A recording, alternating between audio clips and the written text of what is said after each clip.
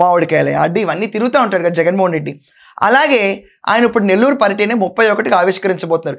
ఈ పర్యటన ఏదైతే ప్లాన్ చేస్తున్నాడో ఈ అన్ని పర్యటనలు మించిన పర్యటనలాగా ఉంటుంది, రాసుకోండి ఖచ్చితంగా.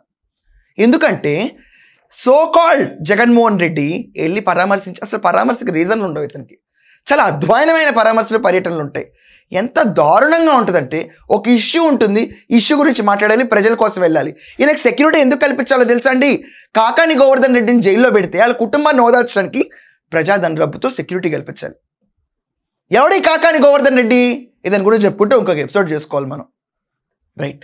ఇదంతా పెడితే నల్లపనేని ప్రసన్న కుమార్ రెడ్డిని అతని ఇల్లు ధ్వంసం చేసేందుకు రెండో పరామర్శ. పెద్ద మనిషి ఫంక్షన్లకు అటెండ్ అయినట్టు ఉంది జగన్మోహన్ రెడ్డి పరిస్థితి ఈరోజు రాష్ట్రంలో. అంటే అంటే పిలిచిన పేరంటానికి పిలవని పేరంటానికి వెళ్తారు చూడండి కొంతమంది ఆడవాళ్ళు, అలా వెళ్తున్నట్టుంది ఇదంతా. ప్రజా సొమ్మును అంతా తీసి ఈయనకు సెక్యూరిటీని ఇచ్చి కాకాని గోవర్ధన్ రెడ్డి వాళ్ళ కుటుంబాన్ని, ప్రసన్న కుమార్ రెడ్డిని ఇలా మాట్లాడడానికి బాబు నువ్వు వెళ్ళు అని చెప్పి సెక్యూరిటీ ఇవ్వాలంట. ఎంత జోక్ అయిపోయింది ప్రజాధనం అంటే. హెలిప్యాడ్ 6 కిలోమీటర్స్ దూరంలో నేను ల్యాండ్ అవుతానని చెప్తున్నానంట. గవర్నమెంట్ వాళ్ళు వద్దు బాబు నీకు దగ్గరలోనే ఇస్తాం అంటే నో నో నో, నాకు 6 కిలోమీటర్ల దూరంలోనే హెలిప్యాడ్ ల్యాండ్ అవ్వాలి. ఎందుకని? బయట నుంచి మళ్ళీ ఉత్సవ విగ్రహంలాగా జనాల్ని పూల్ చేసుకుంటూ వెళ్ళాలి.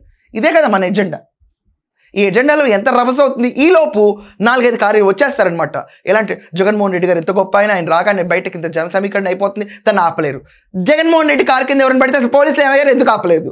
పోలీసులు ఆపుదామని పెడితే మేమే బల ప్రదర్శన చేసి తీసేస్తాం.